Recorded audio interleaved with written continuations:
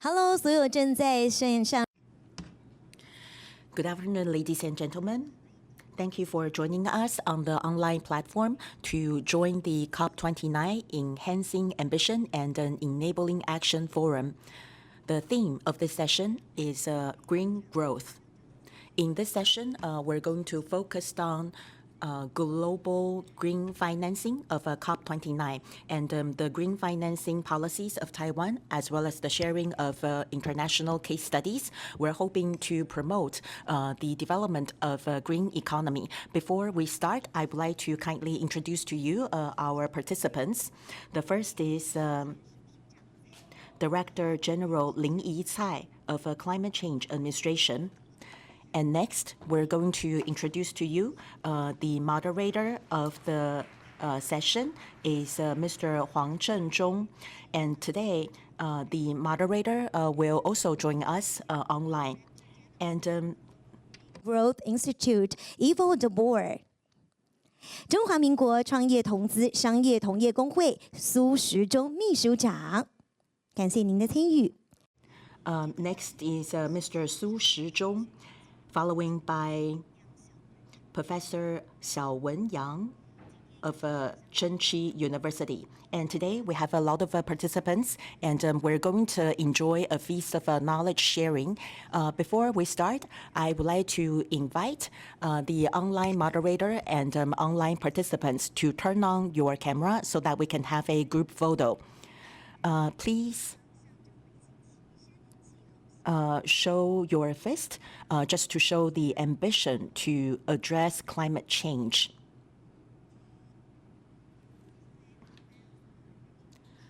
Next, a thumb up to present a good wish for a fruitful and successful event this afternoon.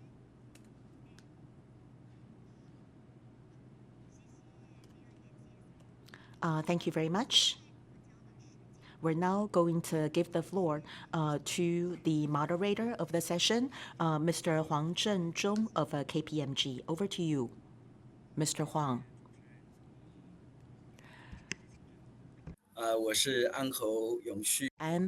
I am Niven Huang, Managing Director of KPMG Sustainability Consulting Corporation. It is my honor to moderate the session this afternoon.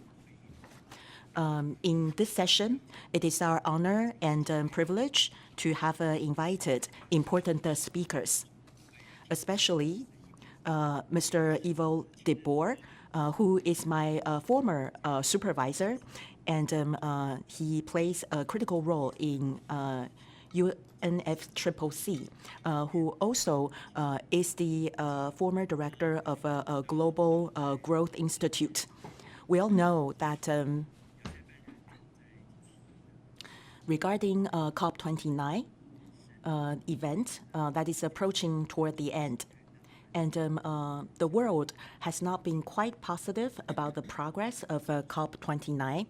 From the media, we get to see this as well. And Ministry of Environment has also organized a series of events to go over the information in related areas, and most of which is not quite optimistic, which is why we very much need discussions over these topics about our future directions and actions. From the discussions of COP29, even though one of the topics is financing, regarding the topic of finance, again, doesn't seem to have much progress. And later, we're going to have Mr. Ivo de Boer to share with us the latest update and to share with us his insight on how the financing industry looking at the green topic or green growth of COP29. And today, we're also having Mr. Shizhong Su with us. We know that everything needs money and investment. That is why we have the representative from the finance industry to share with us his insight. And I am currently in Singapore So I am dialing in from Singapore to serve as the role of a moderator. And in the interest of time, I would like to move on to the next agenda item. So I would like to kindly invite Director General Lin Yi-Cai of Climate Change Administration to give us the opening remarks. Without further ado, I give you Madam Cai. Thank you, Mr. Huang, for your kind opening. Speakers and 我们今天在场的创投 Mr. Su from the finance industry, Professor Yang from National Chen Chi University, ladies and gentlemen online and on site, good afternoon. This year, during the meeting session of COP29, Ministry of Environment has established the Strategic Information Center to collect real-time information of COP29 meeting sessions. And starting from last Friday, we have organized a series of forums of climate change. Today is a very important one. Of course, regarding the topics of COP29, which is climate financing, which is a topic that everybody is concerned, whether it's about the reduction of global warming emission or to talk about adaptations. We know that the power of financing is very important. We're hoping that through the power of climate financing will be able to facilitate green growth. This year marks a very important year for Taiwan. We have established the mechanism of carbon emission pricing. So based on climate change Response Act, we have established the pricing mechanism, and the tariff is also being planned. And next year, we're going to have the plan in action. So now everybody is paying close attention to this pricing mechanism, and there's been a lot of discussions whether the industries in Taiwan are able to address the impact and burden of carbon pricing. However, this is a very important action for us to facilitate the reduction of carbon emission. Ministry of Environment and the Financial Supervisory Commission have been having a lot of discussions over this topic. Regarding the investment of low carbon emission, we believe this is a very good incentive. We also are trying to get the funding from National Development Council in order to facilitate carbon reduction. We're hoping that by having this pricing tag on carbon emission, we will be able to facilitate the green growth of Taiwan. Today, we are grateful for heavyweight speakers, Mr. Ivo de Boer, as well as Mr. Su and Ms. Yang. I believe that all of the speakers will give us a lot of insightful discussions. So without further ado, I would like to give the floor to the following speaker. So I'd like to kindly give the floor to the moderator first. Thank you. Thank you, Director General Cai. We'd like to invite our panelists today to share their perspective regarding to today's subject on green growth. And then I think it will be very important because right now it's still in the period of COVID-29. A lot of controversial issues, ambitious carbon reduction, finance issues, how about the international collaboration, commitment, etc., and even including carbon market. So first of all, I would like to invite my former boss, Mr. Ivo de Boer. He is a really important political leader, also green growth leader in the whole world, because he was the former executive secretary of UNFCCC, and then he also was the former president and CEO of the Global Green Growth Institute, and also the president of Gold Standards. So in the last couple of decades, I think he became very, very important leading pioneer and very important decision maker in the whole climate negotiation. So I would like to invite him to give us 15 minutes remarks. He will address the finance and carbon reduction and also green growth issues. Uh, so let's join me to warm welcome Evo. Evo, is that okay for you to right now? The floor is yours. Yes, thank you. That's perfect. Can you hear me clearly? Yes. Okay, wonderful. Well, thank you for that very kind introduction, and it's a great pleasure to be with you this afternoon for you, very early in the morning for me. This session, as you said in your introduction, and probably in the previous introduction as well as in the context of the Conference of Parties meeting that's happening in Baku in Azerbaijan at the moment, which is a huge gathering. I think, Neven, you referred to it in your introduction. There is a huge number of issues on the table, of course, in the context of the Paris Climate Change Agreement, but also in the context of the Kyoto Protocol, and also in the context of the Climate Change Convention, and a large number of issues being discussed in different groups. As I understand it, about 65,000 people have gathered in Baku for this event. Some of them for the formal negotiations, some of them for the many side events that happen. So it's a huge gathering, and it's probably the most critical moment in the annual climate change negotiating calendar. This particular session is very much in the context of that COP in Baku in Azerbaijan. The central theme, as has already been mentioned, of this particular COP is to agree a long-term goal in the context of climate finance.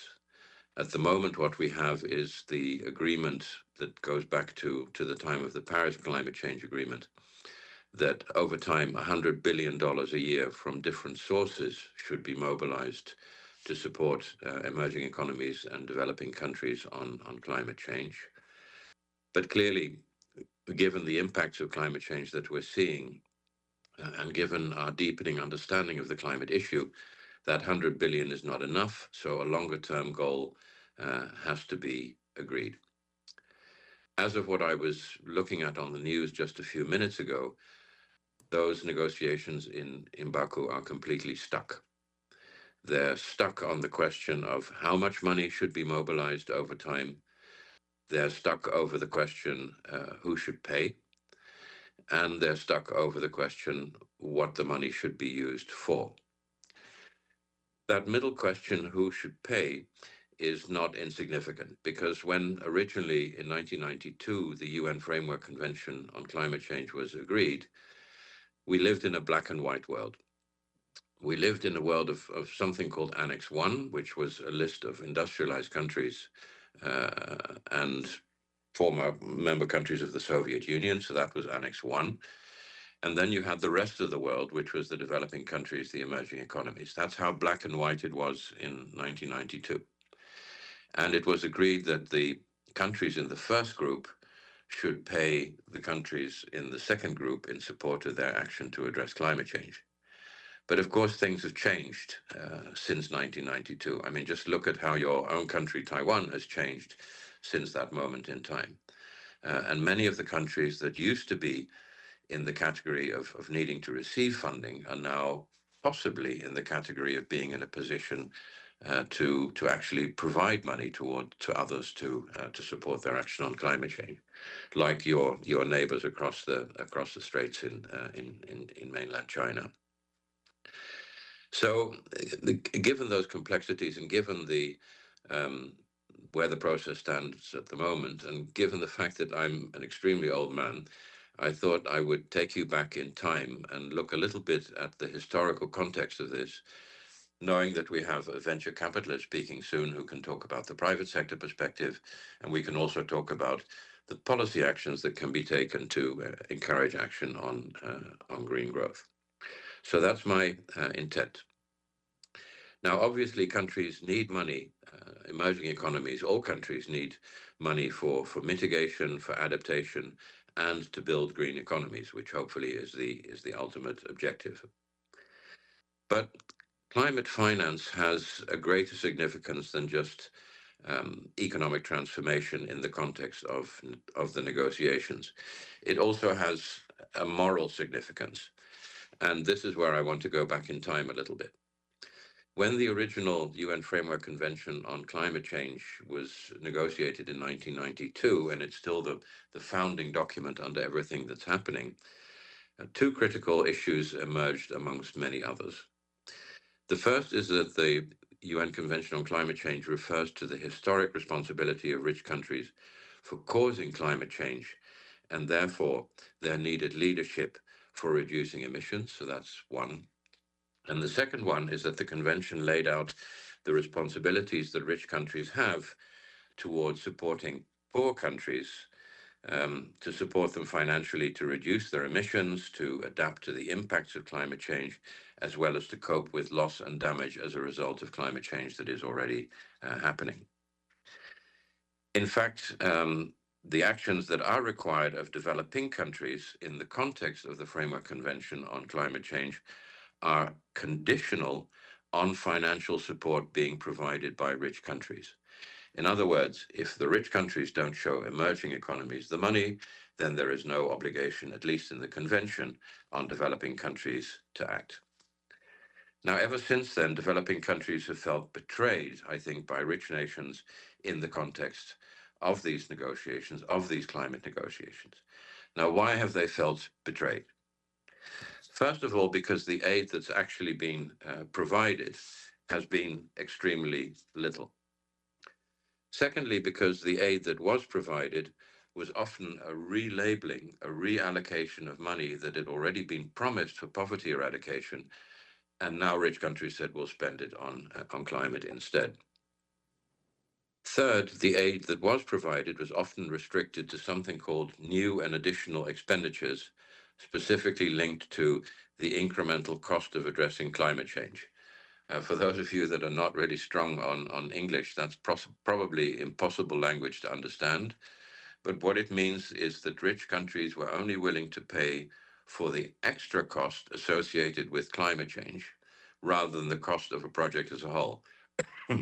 So let's say, for example, the plan is to build a bridge using international finance, then the climate finance could only go towards how much higher the bridge needed to be because of the rise of the river or the sea, not the cost of the bridge as a whole. So that was an almost impossible condition.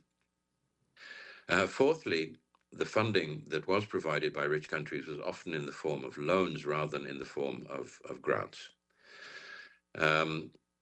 And fifth, the final one I want to mention now, although there are many more, is that most of the funding was provided and is still being provided through international development agencies like the World Bank, where basically the rich countries are in control of how the money is spent. Now, the road towards more finance, which the people in Baku are talking about at the moment, has been very difficult, has been very torturous.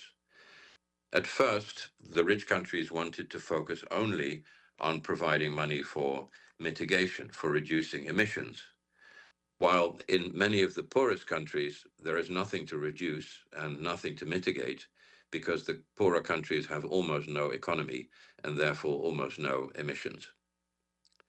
Then, over time, reluctantly, the rich countries also agreed to support adaptation, adapting to the impacts of climate change, but actually very little money has been really allocated for this. And donors, rich countries, whoever they may be, are even more concerned when it comes to paying for loss and damage, especially when it comes to paying oil-producing countries for revenue loss because of action to address climate change.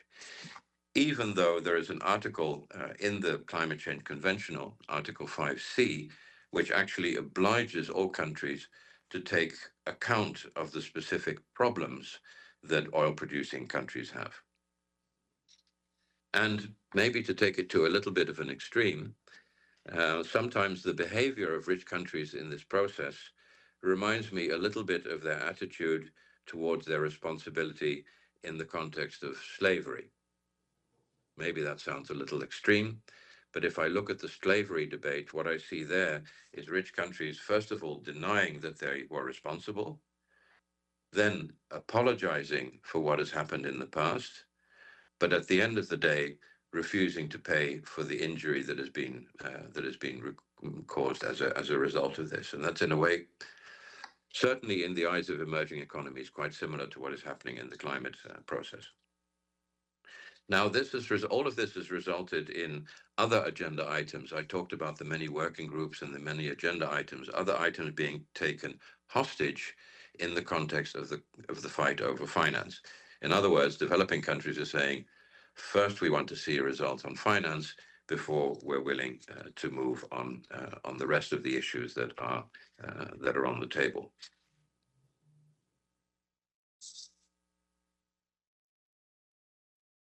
And I really hope that COP29 can find a way out of this rather constructive and horrible situation.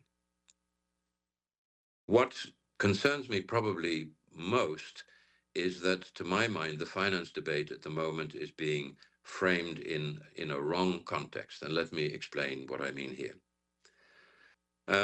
Although maybe not fast enough, many rich countries are working to reduce their emissions.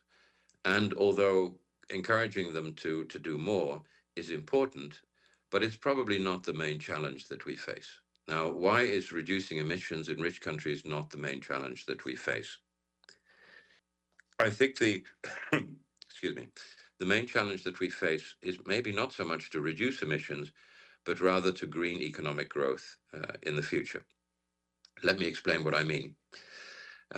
Most of the future population growth is probably going to happen in Africa. According to some projections, by the time we reach the end of this century, 4 out of every 6 humans is actually going to be an African, because many people in that part of the world are extremely young. And secondly, probably most of the economic growth of the future is going to happen in Africa and Southeast Asia.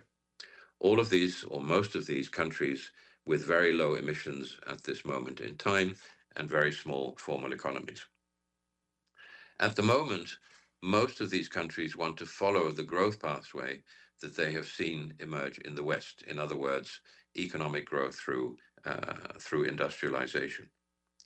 And the question is, how will they embark on that journey, and how can we help to shape that journey through finance? So let me go back to finance.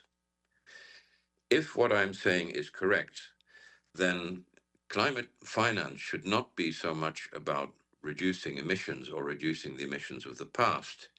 It should be about avoiding emissions in the future. More importantly, finance should be about investing in green growth, and that can also create attractive opportunities for the private sector, something I hope the venture capitalists on this panel will return to.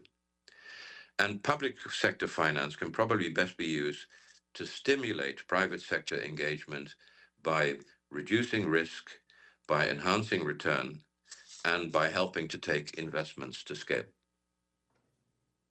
When rich countries talk about finance, they often refer to burden sharing, to sharing the load, when maybe what they actually should be doing is competing with each other to create opportunities for greener growth. So perhaps the whole challenge that we're facing is more about mindset than it is about money. Thank you very much for listening to me. Thank you very much, Ivo. I think you already raised several very important issues, especially at the last in your wrap up. Uh, the finance on climate should focus on avoid emission, and also then we gotta also engage private sector. Very important is not just follow the direction in the past the public regarded as the finance as a burden, but that's supposed to be changed the mindset and point of view.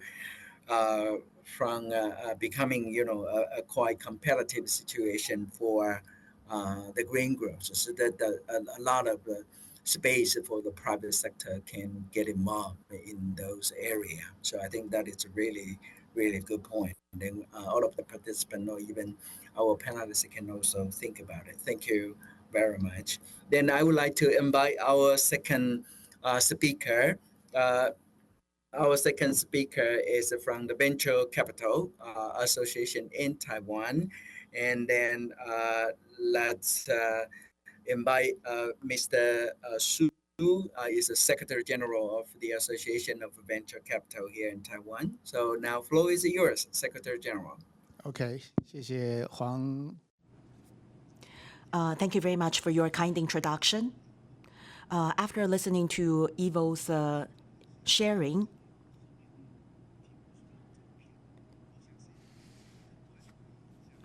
I learned a lot, and I would like to very quickly respond by saying or raising the question. It reminded me of the situation of Taiwan. Are we a donor country or a receiving country? I think Taiwan is something in between, because we have a very serious carbon emission issue. We need funding to address carbon emission. In terms of how wealthy Taiwan is, considering the wealth status of Taiwan, we should be a funding party. And my talk is less about international actions or international governments.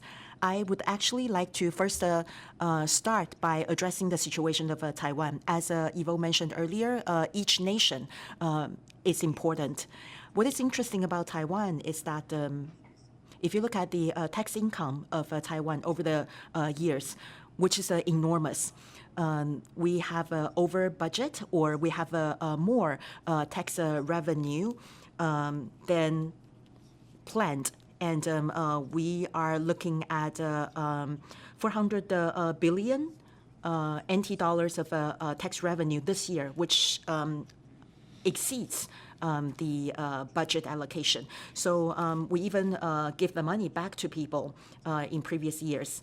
So we know that governments need money, and the cost for the government to issue government bond is only 1%. And it is so low to a point that we were having discussions with the government to commission infrastructure to insurance companies. And the response from the government agencies is that I don't need to commission any insurance company. If we issue the government bond by ourselves, it's only 1%. Whereas commissioning the insurance company, it costs us 3%. So my point is that Taiwan is not in lack of money. We have plenty tax revenues. So in terms of finance, the role of the government should be focused on what we talk about today, which is green finance. The government should be focused on policy making and action plans and implementation. So with that backdrop, I would like to proceed to my presentation today. To be honest with you,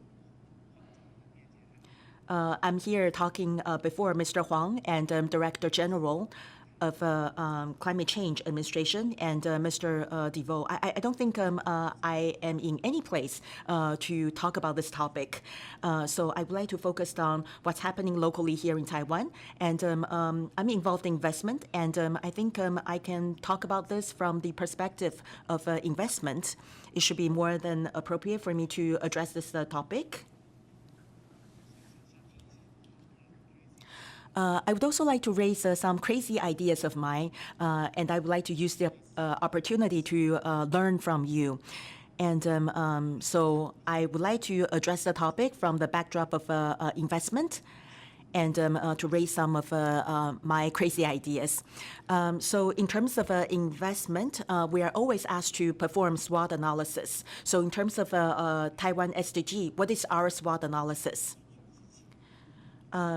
I personally believe that in terms of the promotion of sustainability and to address climate change and carbon emission reduction, I think one of the strengths of Taiwan is our technologies. Whether it's now or for the future, in terms of net zero and carbon reduction, I believe that Taiwan has something to offer in terms of technologies.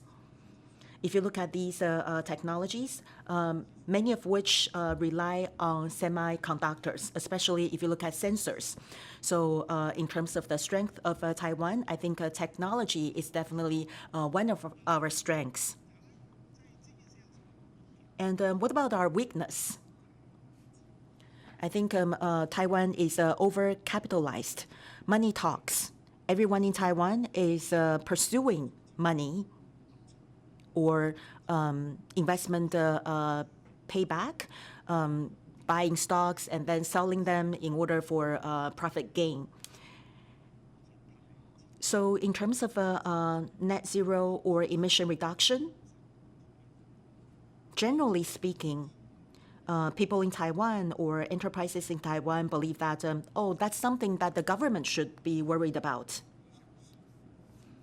So there doesn't seem to be a vision of net zero or emission reduction in Taiwan. Taiwanese people always look up to people who have money, the wealthy people. The wealthy ones are regarded as a god, and everybody wants to be wealthy, whereas there's a much less focus on emission reduction. And in terms of carbon emission, it's 10.71 tons per person, and we are one of the top on the list worldwide, which is not a good thing. So the carbon emission situation in Taiwan is very bad. Comparing with advanced countries, we are X more than the carbon emissions of the advanced countries. So I put it as an opportunity because it's definitely an opportunity for us to think about why on the beautiful island of Taiwan, there's such a bad situation of carbon emission. Obviously, we should be able to reduce it. If we have a PPP, we definitely stand a chance. So what is our threat? Whether it's renewable energy or the adaptation of climate change or circular economy or recycles, I think the biggest threat is politics and gangsters. I'm sure you have seen those on the media. For example, the gunshot cases in southern part of Taiwan. College professors who have proposed great technologies, but when there are actions to be taken, they always have to address the threat of politics and gangsters. And more than often, the final result is licensing of technologies. So based on the SWOT analysis of Taiwan, because I'm looking at this issue from a local perspective or a investment perspective, the following is the recommendations I propose for the government and the private sector. One of my proposals is ESG startups ecosystem. In Taiwan, we're promoting startups, and I'm hoping that startups can be a very good solution. And ecosystem is critical as well, whether it's for ESG or SDG or net zero and carbon reduction. The startups don't really seem to have a clear landscape, and the ecosystem is yet to be built. So at this very early stage, I have a couple of recommendations. We need to be able to prove our innovations in the field, and we need to have opportunities provided by the government or private sector so that whether it's a sandbox or a test base, or even through public procurement, we would like to see if these innovations can actually translate into something tangible and feasible. For example, when we review proposals, we see, for example, a very small scale water-generated energy. You only require 10 meters of height difference in order for you to generate power. Very small device, and 10 meters of distance or height distance, you get to generate power. The mountains and waters in Taiwan offer tons of 10-meter differences. So we are actually able to see a lot of opportunities. But then as an investor, our question would be, well, why don't you come to pitch to me after you install 20 devices? And of course, we can use a creek or a river as the test bed. But then when there's a sufficient number of devices and being able to reduce the cost, and then we will be able to see an interesting business model for people to invest in. And also for wind power or small turbines with special designs. So those small turbines are able to generate sufficient power, and it works even at a very weak wind condition. We did some calculation for a general family, but you have to be one single or independent house. If you could install a small wind power generator at the rooftop, then you'll be able to have the whole year power being generated there. But the investment could be millions, but then the ROI can happen within 3 to 8 years. And we need to have people to have some experiments there. But then if it's a very small scale experiments, we wouldn't be able to see any progress in 3 years, let alone, or even 8 years.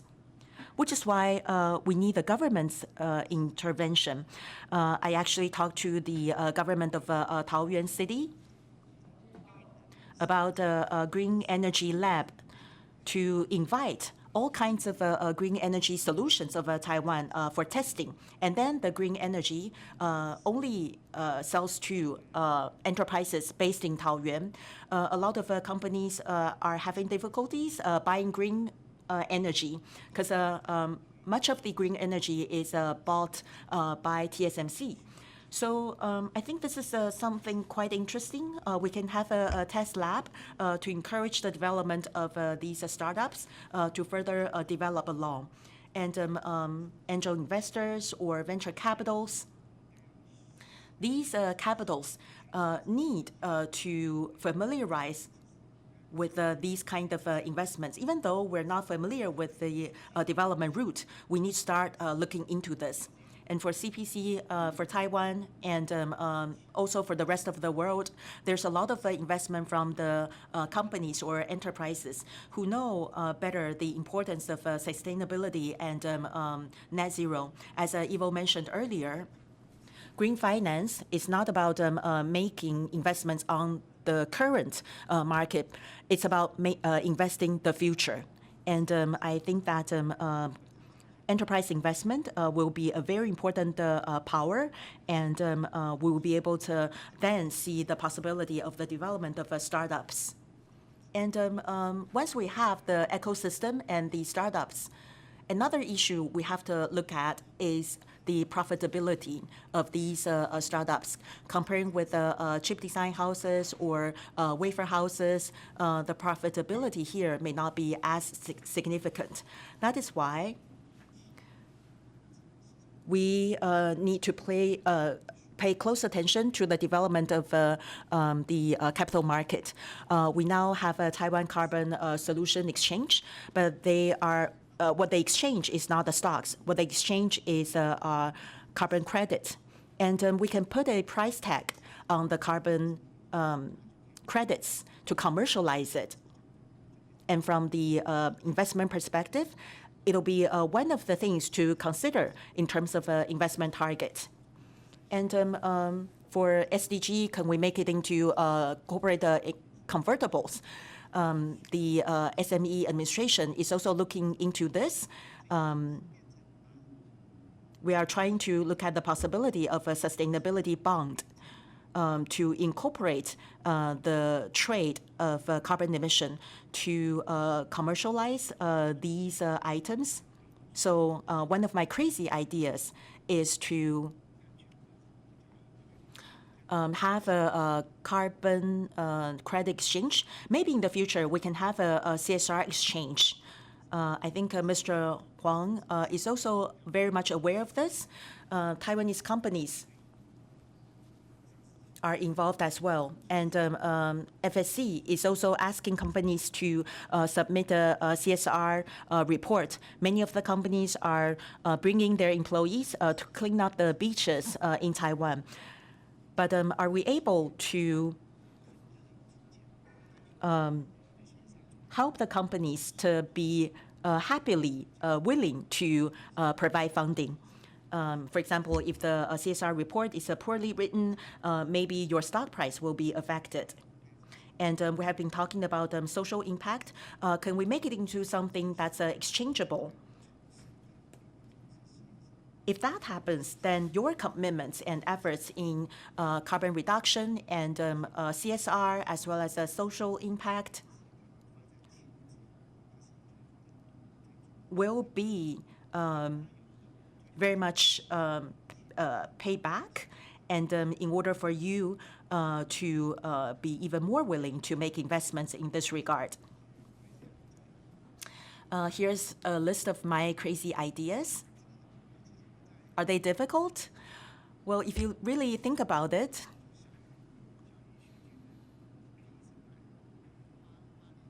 I think that was 8 years ago. During the presidential election, I raised a crazy idea, which is industry policy guideline of Taiwan independence. And I provided the guideline to the foundation of the party who was running in the presidential election. 40% of our GDP came from China back then, and 60% is indirectly related to mainland China.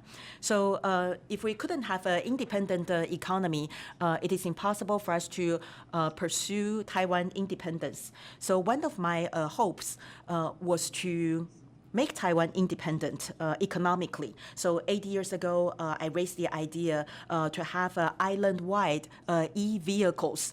So we're going to abandon oil vehicles, and in 3 years, let's just replace all vehicles in Taiwan with e-vehicles.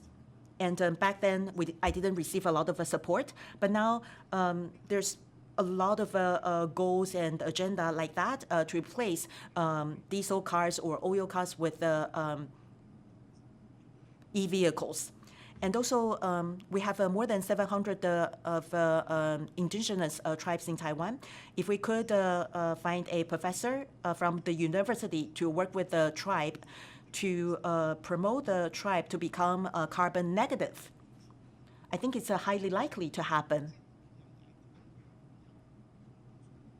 And also for highways in Taiwan, can we turn the highways in Taiwan into tunnels where the roof of the tunnels are covered by solar panels?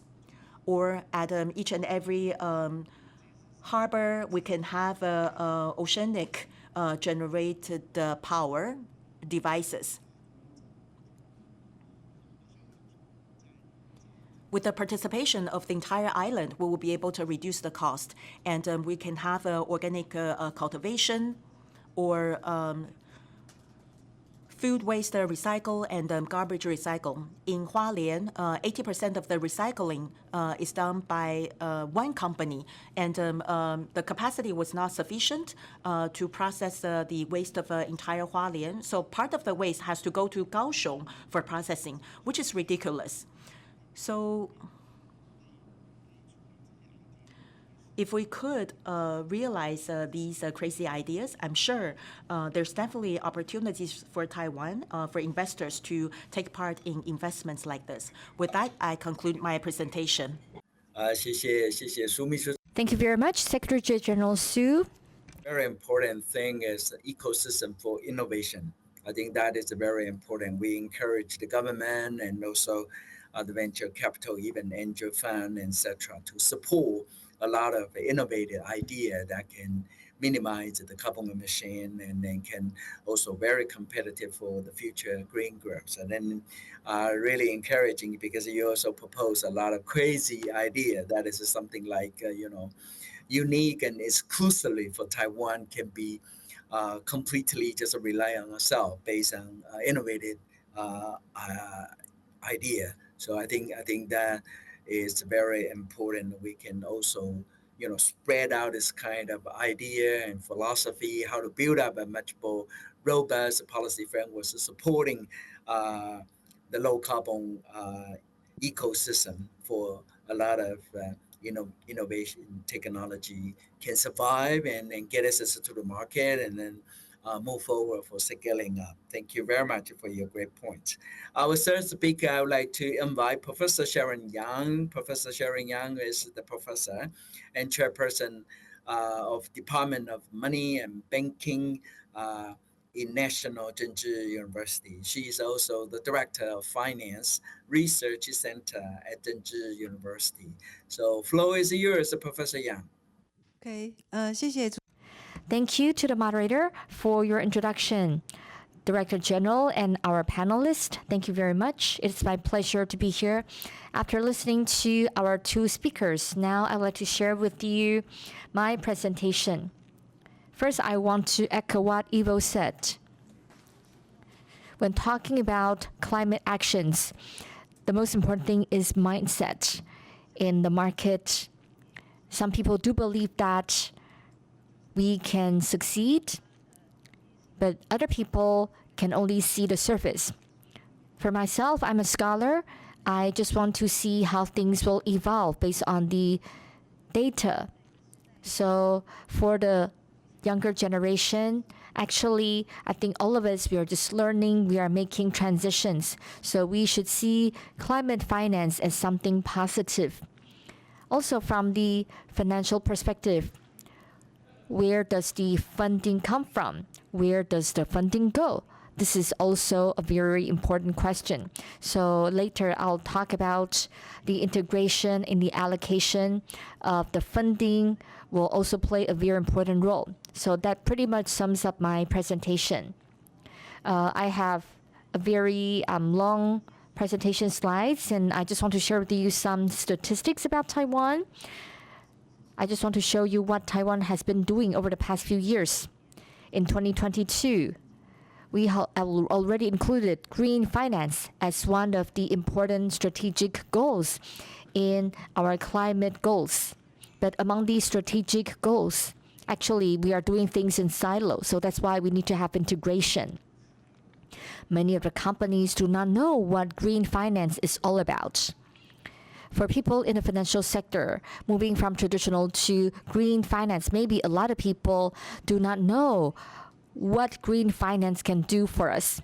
So that was the past, but remember, now we're moving on from green finance 1.0 to 2.0 to 3.0, so we are actually learning very quickly. When we can learn fast, we can identify the opportunities, but we also can identify some weaknesses in implementation. So the government has launched the green or sustainable finance policies. We are seeing some quick adjustments. Some people see the demand of the adjustment, but some people also see the problem arising from the adjustment because they need to learn a lot of new things. But actually, all these are worthwhile of your efforts.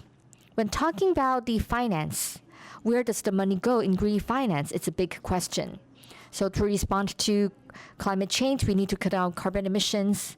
On top of that, we have to think about through what channels can we reduce carbon emissions. So in the backdrop of green finance, we need to define the scope of green finance. Within the scope, how can we cut down carbon emission? We need to have a clear definition. So if time permits, I would like to share with you 5 important points. First, the policy development. Also, what will be the innovative green financial products? thanks to the innovation, we can help the money to flow to the right direction. In Taiwan, we have a lot of small and medium-sized enterprises. They need the money for green transition. But how? These small companies cannot borrow money. So I think the financial sector have heard their voices. So they can have some project-based finance to the SMEs. We need to integrate the relations among the SMEs with the financial sectors. So in the past, we have these separate projects, but now we can see the collaborative efforts. We also have the cascading KPIs for everyone. So we hope to channel the money to the right place. Also, when we look at the term green transition, they only see the cost, but they don't see that after having green growth, actually, there is much higher green values being created. Whether for companies at home or abroad, we just want to showcase this kind of green value so that we can create a win-win scenario. Definitely, I would share with you some numbers so that we can create a link between green growth and green value. And also when talking about carbon fees, if there's no cost for carbon emission, people will not make efforts to cut out carbon emissions. But if we only levy the fees and there's no incentive for them to improve their technology, we will not be successful either. So how can we strike a balance? We need to make sure that we can turn carbon into something valuable, something that can help us move ahead. Also, I believe that in today's session,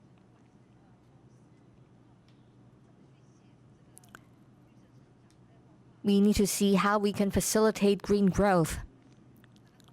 Or people say that only big companies have the leverage to achieve green growth, but how can the big players influence the small players? All these are the things we can think about. So Evo has been talking about the time 1992. For Taiwan, actually, we did not start that early, but in 2015, after the Paris Agreement, we have seen a series of efforts and policies made by Taiwan. In 2017, we have the Green Finance Action Plan 1.0, focusing on our response to the extreme weather and the establishment of the infrastructure. The people didn't know what we could do. Moving on to 2020, we have the Green Finance Action Plan 2.0. We started to define the roles of these green financial products. In 2022, we have the Green Finance Action Plan 3.0.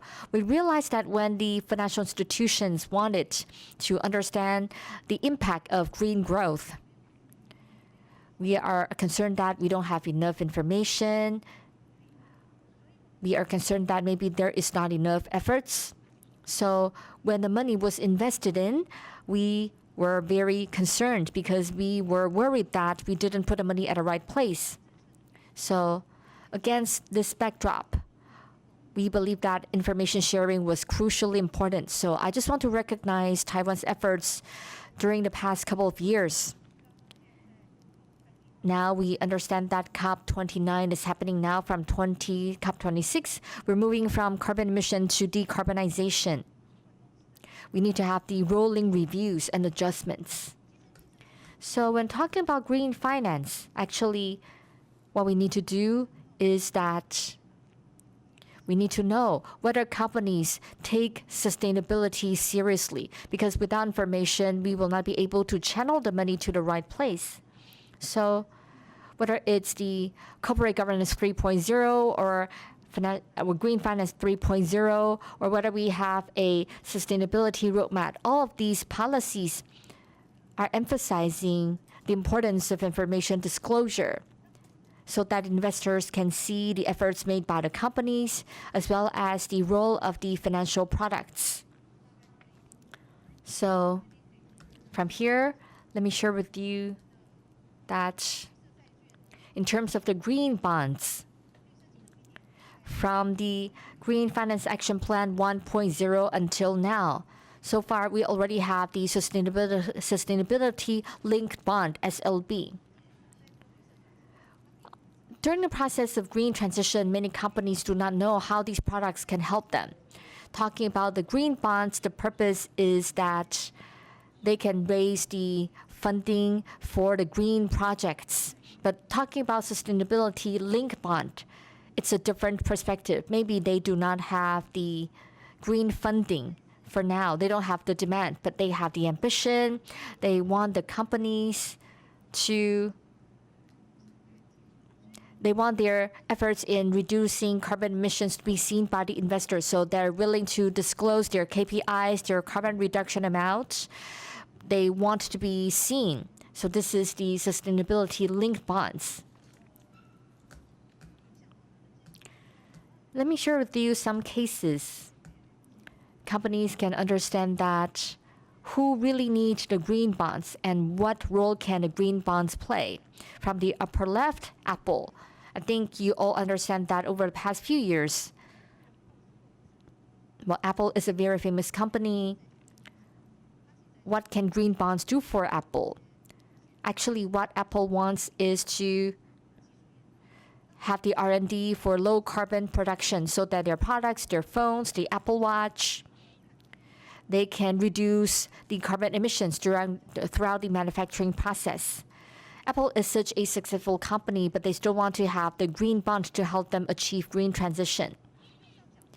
On the upper right, Woolworth, it's a supermarket. What can green bond do for it? They want to become a low carbon market. So after they get the green bonds, part of it is used for green building. And another part is to improve the energy efficiency. So through the green bonds, the supermarket can achieve transition. And for Accor, it's a French hotel chain. They want to become a low carbon hotel. So through the SLB, they also set some goals. I can't remember it correctly. Maybe by 2030, they want to reduce how much carbon so that they can share this information with their investors to see whether they're achieving the goal. So by having a financial product, when they're interacting with the companies, they can show their efforts. It's not just a random bond. When talking about a green bond, it's closely aligned with the company's sustainability policies. They know what the green bond can do for the company. And then you can see TSMC.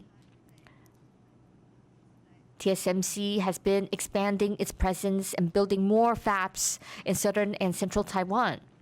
TSMC also wants to build the green building for its facility.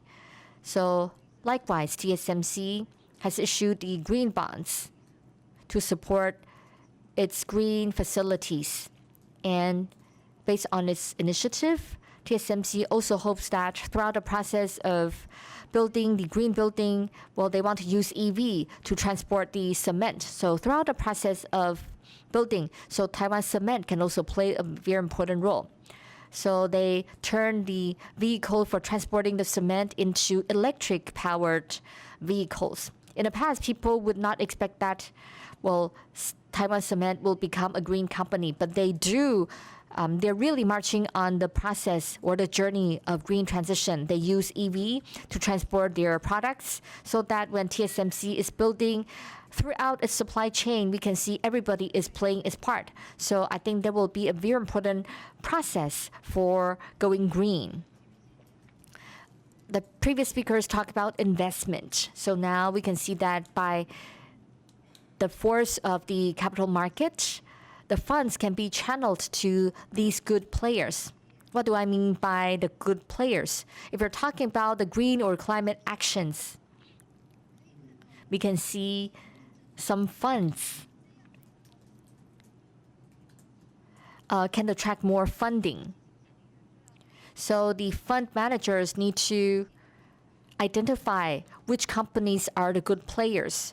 In other words, if these companies in Taiwan, if they're not having good green growth or green transition for investors at home and abroad, well, they definitely do not want to invest in this kind of bad company. So for companies, maybe you see what you're doing, it's all about adding more cost, but you can see that actually you can create more green opportunities by going green. In the future, in order for their efforts to be seen, we also hope that there are some incentives from the capital market. We can see there are so many different indices. So by looking at the name of the indices, this is a way for the company's efforts to be seen. So if the company is included in this index, it shows that their efforts have been recognized. Let me share with you some important indices over the past few years. You can see these green ones. For example, like in the early days, we focus on corporate governance, but now they are shifting to climate and also carbon reduction indices. So when the companies are marching on the journey of low carbon and also green transition, the capital market can see the efforts made by these companies. What's the next step? I just want to share with you some statistics. We don't want to say that, oh, we have beautiful slogans, we are low carbon companies, not just that, but from the investment's perspective, we want to see the values of these companies and also the investment returns. So again, this backdrop, we can see that for the institutional investors, they also need to play a part. So when we're talking about asset management for the financial institutions, actually the total value of the financial institutions is 127 trillion NT dollars. If we can channel that funding into green growth, actually that presents a huge percentage. We understand there are investment opportunities, so if the companies are doing a good job, money will definitely go to these companies. So if Taiwanese companies are doing a good job in sustainability and green transition, actually international funding will come to Taiwan. Why? Definitely it's because they believe that this investment in the Taiwanese companies will generate large profit and return. People want to make profit. It's not just about charity. We just want to create a win-win scenario. We want to see the effects of the green transition. So finally, when talking about carbon emission, well, maybe I can skip this part. Now, I would like to move on. When we are talking about information disclosure, well, that's very important. Over the past few years, I think Taiwan has been working extremely hard in information disclosure. If we would like to promote green finance, but if we don't know about the carbon footprint of these companies, well, definitely it's important. Well, the investors will not know the effects of our efforts. Let me share with you some statistics. You can see that over the past few years,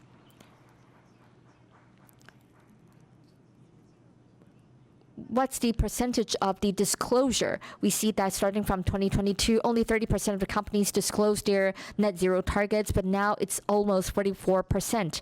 We do have a timeline issued by the government. I believe that the percentage for information disclosure from the companies will become higher in the future because the law requires the companies to gradually disclose their net zero targets and emission targets. And in this way, when the market is developing sustainable finance, this will be a very good foundation.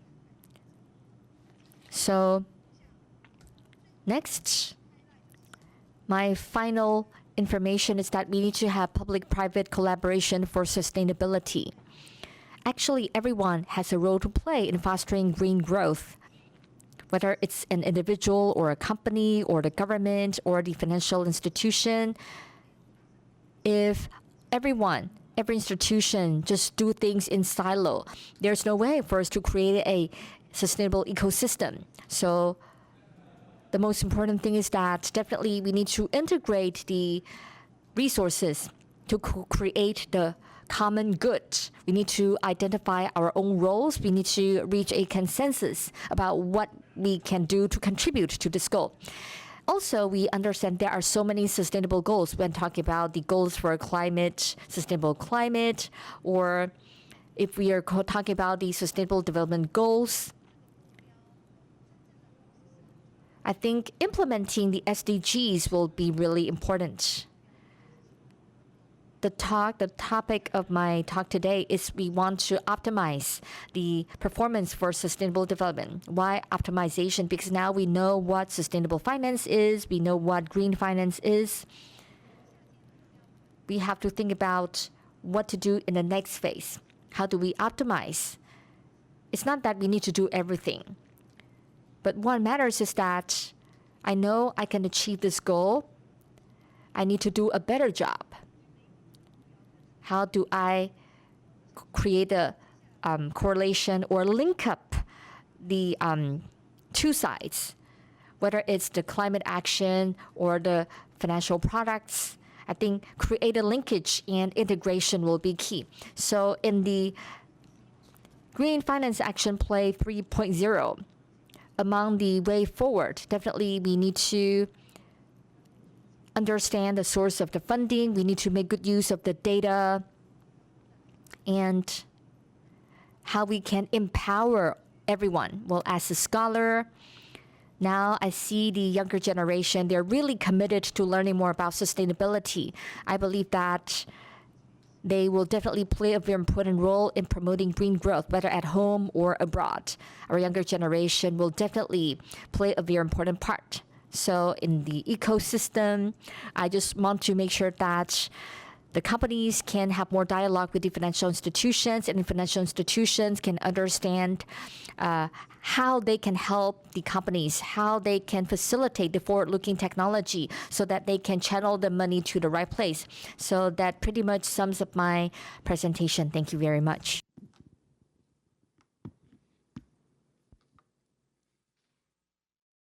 Perspective regarding to the green finance. I think, including the definition of the sustainable finance, green finance, and she also highlight and showcase several very successful brand and company, leading company in the whole world leveraging sustainable finance or green finance, including green bond and etc.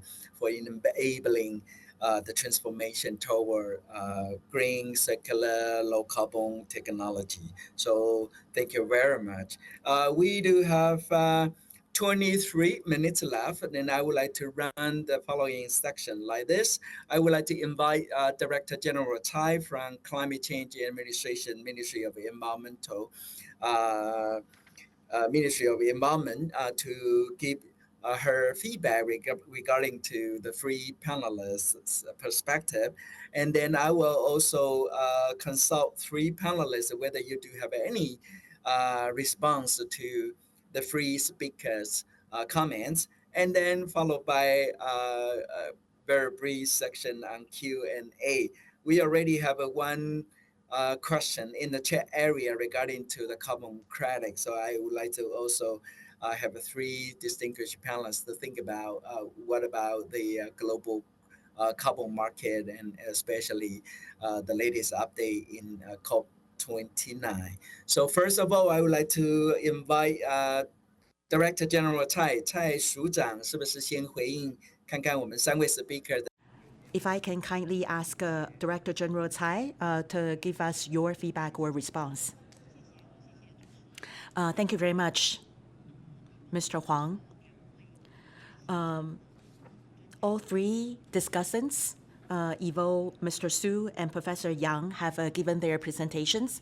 I think from the perspective of climate change administration, I would like to share with you that in terms of the net emission in Taiwan, which is 260 million tons, which account for 0.5% of global emission.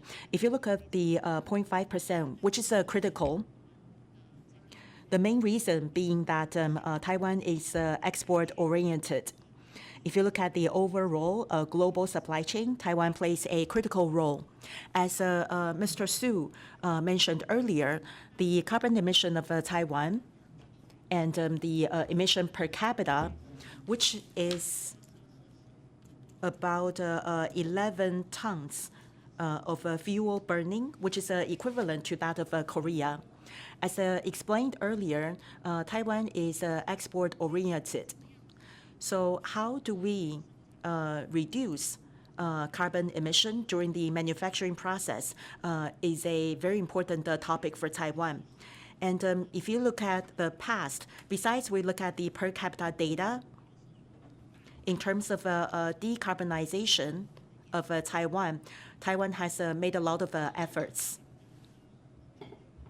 If you look at emission density, which is emission per capita or emission per GDP, if you look at 2022 versus 1990, the reduction is 44%.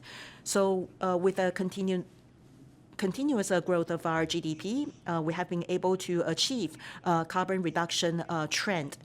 Our next step is to accelerate the process of decarbonization. So out of the 4 strategies of net zero, energy and industrial transformation would be critical. And along the process, decarbonization will be critical for us to achieve green growth. So when, for my talk in the very beginning, in terms of the carbon charge, we would like to increase the incentives for the enterprises to reduce their emission. For a voluntary emission, then the preferential carbon tariff will be applicable.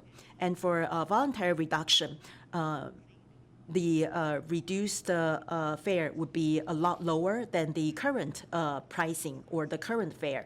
So we are trying to provide incentives to facilitate innovation and R&D so that the companies can commit to low carbon manufacturing. But there's a lot of SMEs in Taiwan and lots of service providers in Taiwan. So we're hoping that through national development funding, we can facilitate the transformation of a low carbon transformation, which includes the increase of energy efficiency or the facilitation of a circular economy. So these are the things that we are currently focused on.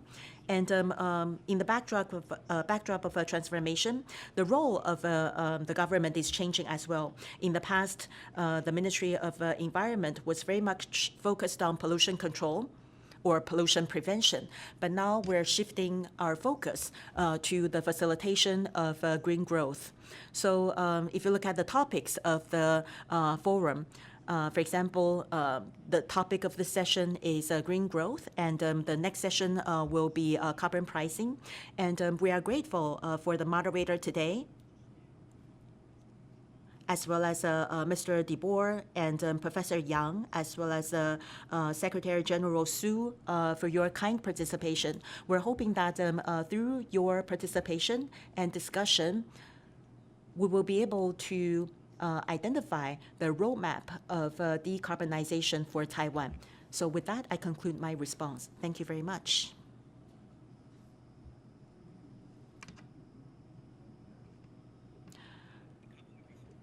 Here in Taiwan, quite comparable to Korea. And right now, our national total carbon emission is 0.5% of the global carbon emission. And we already move forward the journey toward decarbonization, but still have a lot of thing to do based on our green growth and net zero pathway. Of course, I think the private sector's finance is very important. Now I would like to call Evo. Would you like to give your further comment and feedback based on the other 2 speakers, and including Director General Tsai's comments? You have anything to add? Well, adding is difficult because the translation function was not really comprehensible, and I can't see the chat function either.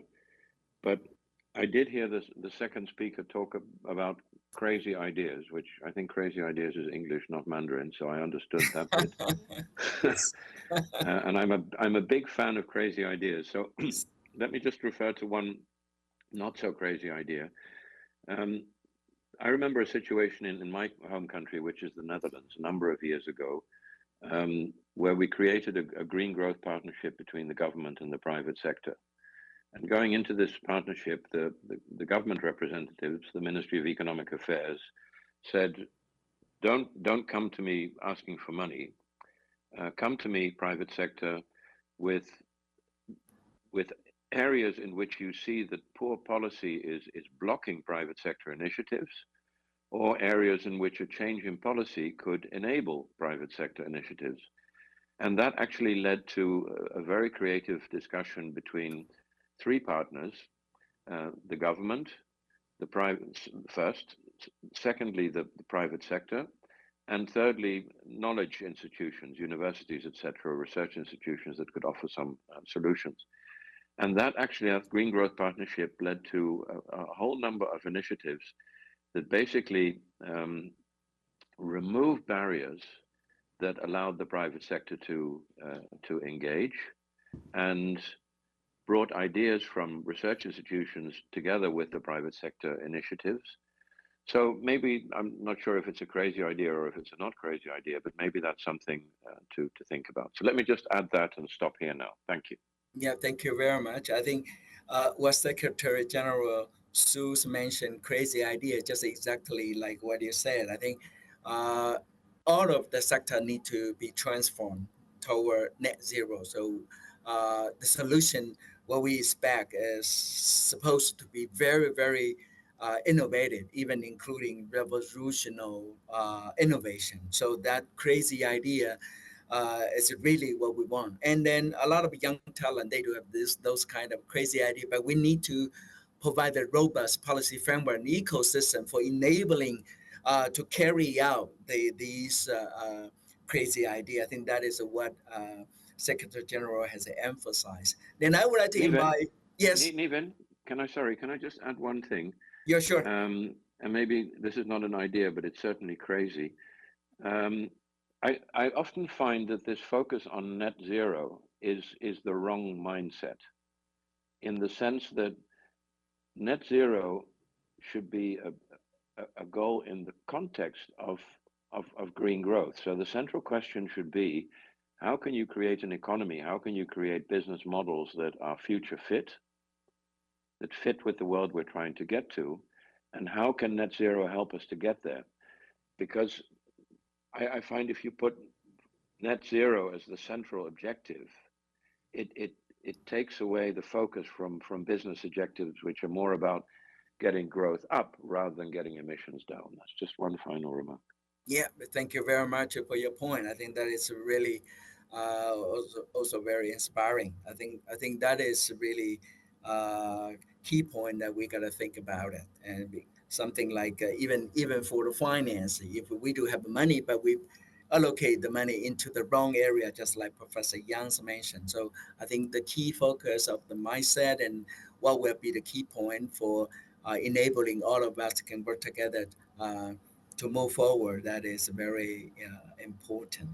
Can I invite Secretary General Su Mizu-Zhang? You have anything to add?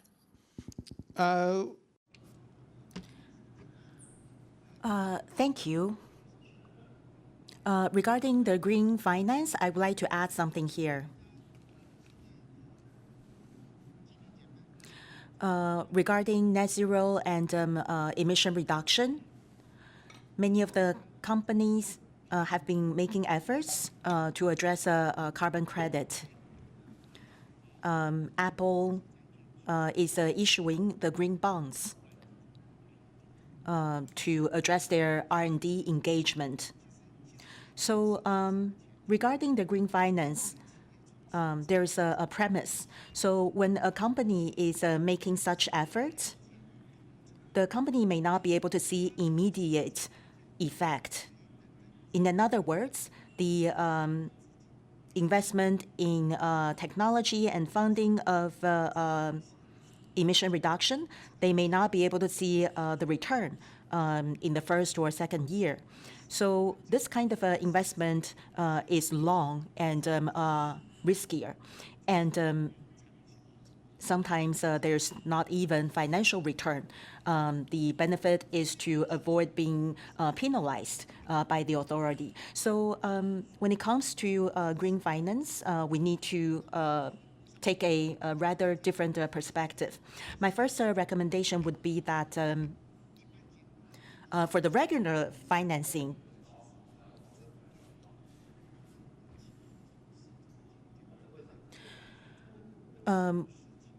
regarding net zero efforts and reduction or emission reduction efforts, I can give you a couple of examples.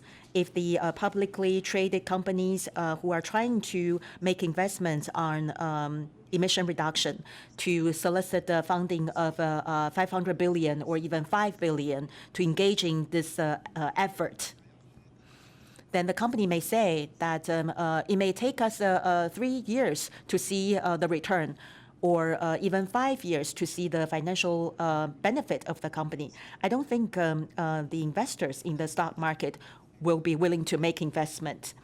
So are we able to solicit the venture capitals who are willing to take the risks?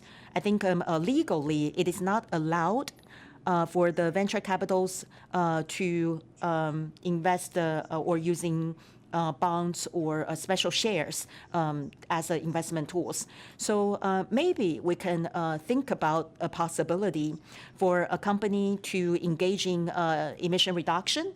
And when we see the shares being or IPOs in the in the stock market, we can allow the venture capitals to be able to make investments in those, so as to incentivize this kind of emission reduction efforts. And also we know that there's a price tag on emission.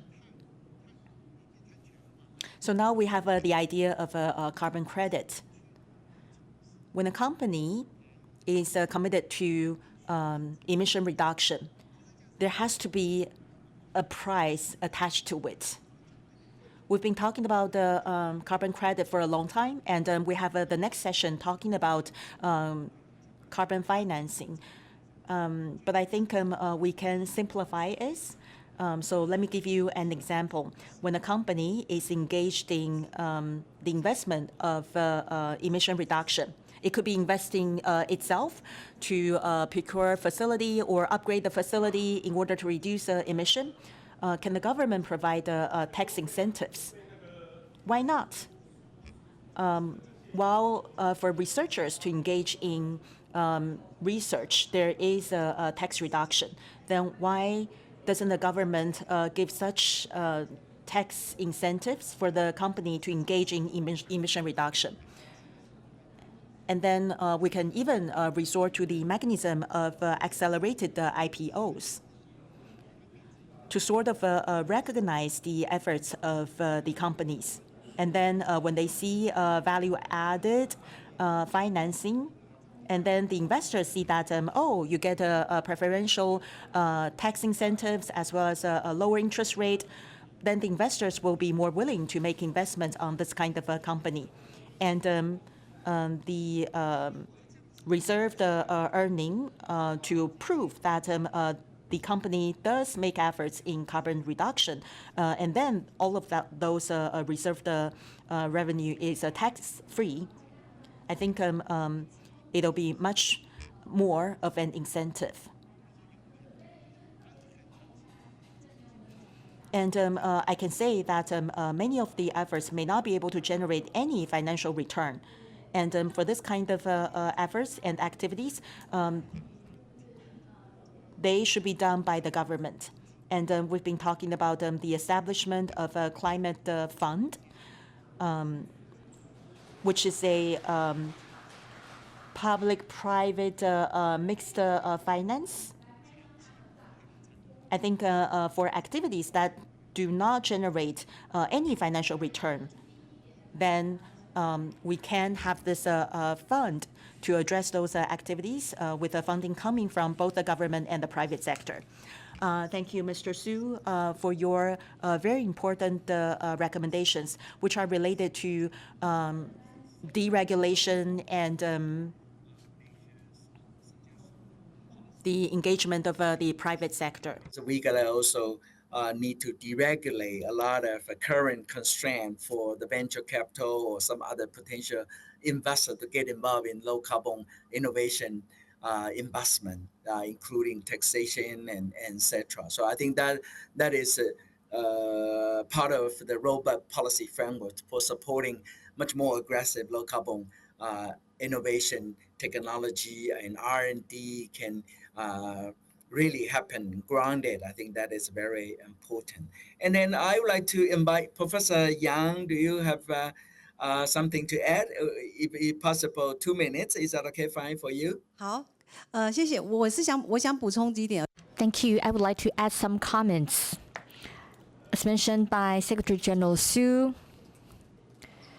investing in the technology will take a lot of time for us to see the benefits.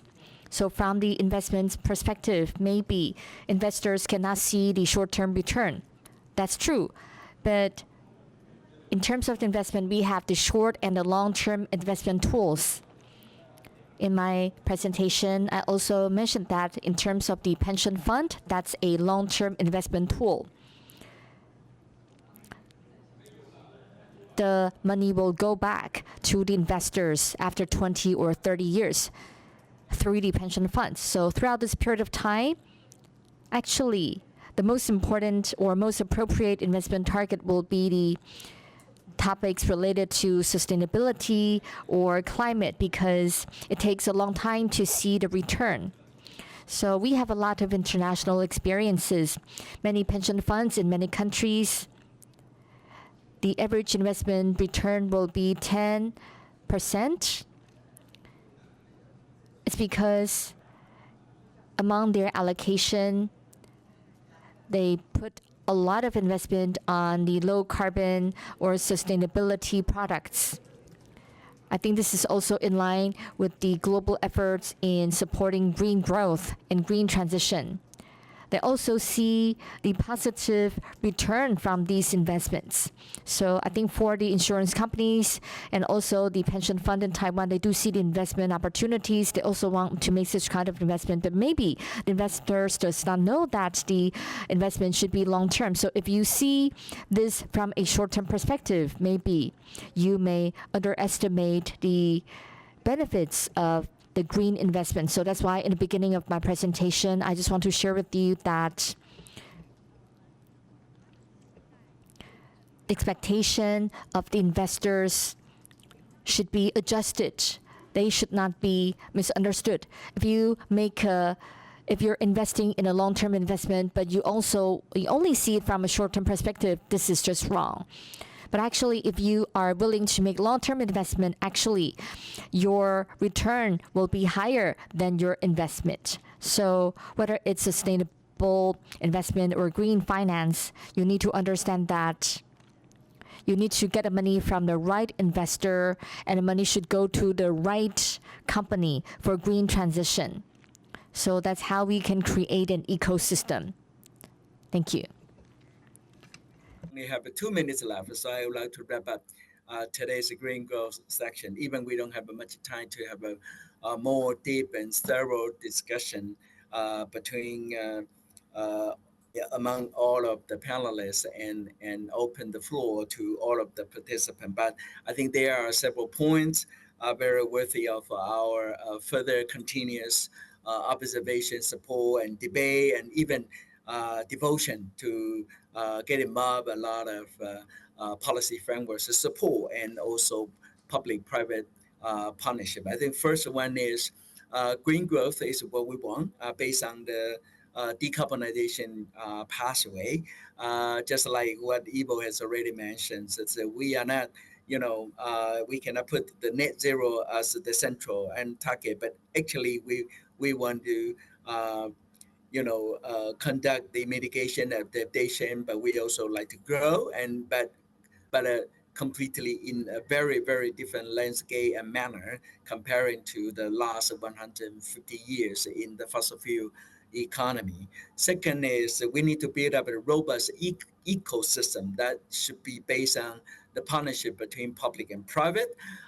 We need public finance, but very important is we also need to enable an initiative and mobilize the private sector's finance into low carbon innovation. Third, we need crazy idea, because everything need to be changed. Everything need to be move forward, but with much less carbon emissions. So we need technology, science, technology, management, efficiency. But very important is we also need to have a clear transparency on all of the development and performance, because we don't want to have a greenwashing. We need to have a really walking the talk, and we got to create very concrete, solid action, and can really enable all of us on this planet to move forward toward low carbon and circular economy. The last point is if we look at and talking about the investment or finance, they always debate, long-term, short-term, P&L, and etc. return.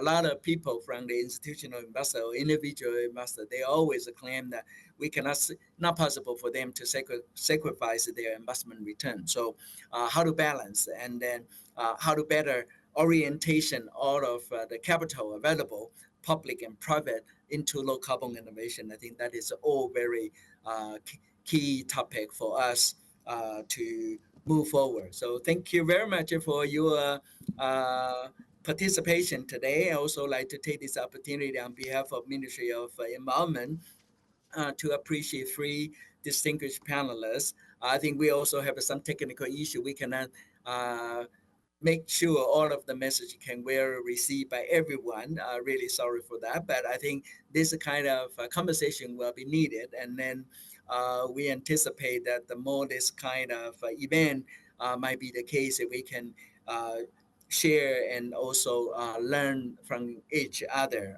The most important is that we would like to make all of the key messages we receive and deliver today can become part of the action toward low carbon economy. Thank you very much. 谢谢，再次感。Thank you to the moderator and all of the discussants and all of the participants online.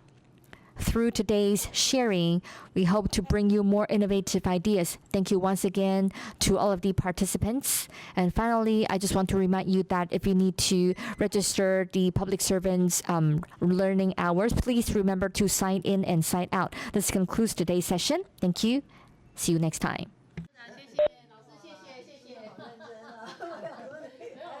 我就说哈，我们要现在环境部在转型，这个我们不是在服务大家，我们现在。